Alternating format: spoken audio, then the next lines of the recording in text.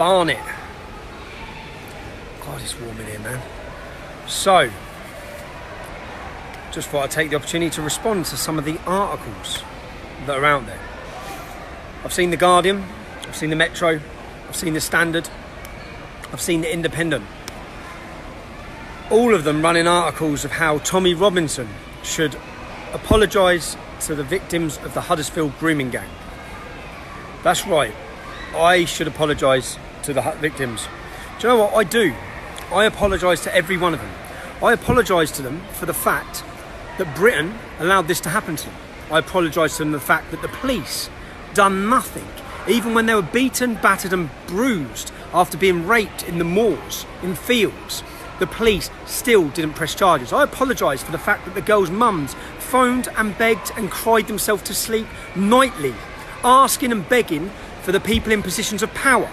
In our country, we have a system where when there's vulnerable children, people in positions of the council, of social services, of the police are supposed to be there to protect them. So yes, I apologise that our country wholeheartedly let you down. If you notice now, the point I was making with these trials, if there wasn't a reporting restriction for the last 12 months, bearing in mind they've lifted it, they weren't going to lift it. They weren't willingly lifting it. They lifted it after a challenge by the media. A challenge that the media decided not to do 12 months ago. Okay, they were quite happy not reporting on any of these crimes until the end. What you've seen now is when the verdicts have come out, when they're allowed to report it, 1 day's news. 1 day's news, okay?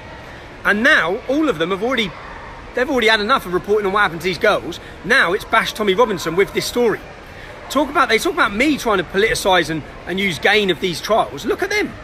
1 day they've given, one evening of news, and then it's Tommy Robinson could have collapsed this trial. Now, just for all of those reporters, for Piers Morgan, for all of those alike who are messaging this to say, look, he risked the trial.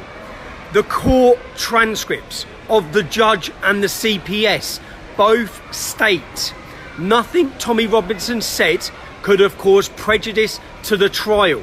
That means, for all you retards out there, that I didn't and couldn't have prejudiced the trial, because all I said was what was already in the public domain. I made sure of that. I didn't assume guilt. I made sure of that. I made sure that everything, I went on my training course at one of London's top law firms for contempt of court. I made sure I stuck by those guidelines. Now, am I sorry? More people, after me being imprisoned, yeah, it was crap, but more people than ever across this world are watching and reading and listening about Muslim rape squads that have been targeting our daughters. More people than ever. And I'm sweating in the swimming pool. But so I just thought I'd clear up, and it's so obvious to look. It's so obvious. Just look, just search now. Tommy Robinson, Huddersfield. You'll find all the hit pieces, all of them coming out together, all the journalists, everyone with a blue tick, basically, coming out together saying, oh, look, he could have destroyed it. No. And all of these people, Lizzie Dearden, one of the people who runs a story, she runs a story about me, saying how I could have jeopardised this trial. In the court transcripts for my trial, which I've got, which I'll be producing as evidence on Tuesday, in the court transcripts, Lizzie Dearden, the same journalist writing the hit piece on me now, is named as breaching 2 reporting restrictions for the same case, the same weekend. The only difference is Lizzie Dearden is very politically correct, won't mention at all the cause of this or the reasoning why these men have these misogynistic and sexist views. Nothing, of course, to do with their religious beliefs. Nothing at all. Lizzie Dearden won't mention any of this. So Lizzie Dearden gets away with it. She doesn't get hauled before the court or put in prison. Because I'll tell you why. Because Lizzie Dearden, unfortunately for you, Lizzie, only a maximum of about 30,000 people read your news, The Independent. I think your maximum readership is 50,000. So, of course, the government don't give a shit about you when you report all of their little toxic thing. The difference is when I do a live stream like this one, it will end up going to hundreds of thousands, if not eventually millions of people, which is why they want to shut me down, not you. They're not bothered about you. You play the mainstream line. You play the line that, this could be anyone and there's no problem here. It's got nothing to do with Islam. It's nothing to do with them. Whereas the reality is very different. The British public are waking up to that thanks to our own platforms. How long we have these platforms for, I don't know. But I just thought I'd clear up all of these articles I'm reading. I'm seeing MPs. MPs are now coming out. Check this.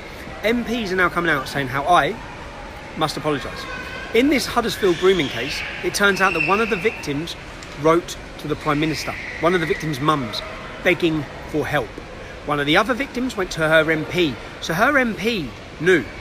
Her MP knew about these rapes and gangs before any of them were prosecuted. What did he do? Do any of you lot remember seeing them screaming on TV? Do any of you lot remember seeing any of these people talk about it? Any of these people? Or were they all happy to let these young girls be sacrificed at the hand of multiculturalism and the altar of diversity in our country? Anyway, I'm going to get back in the swimming pool.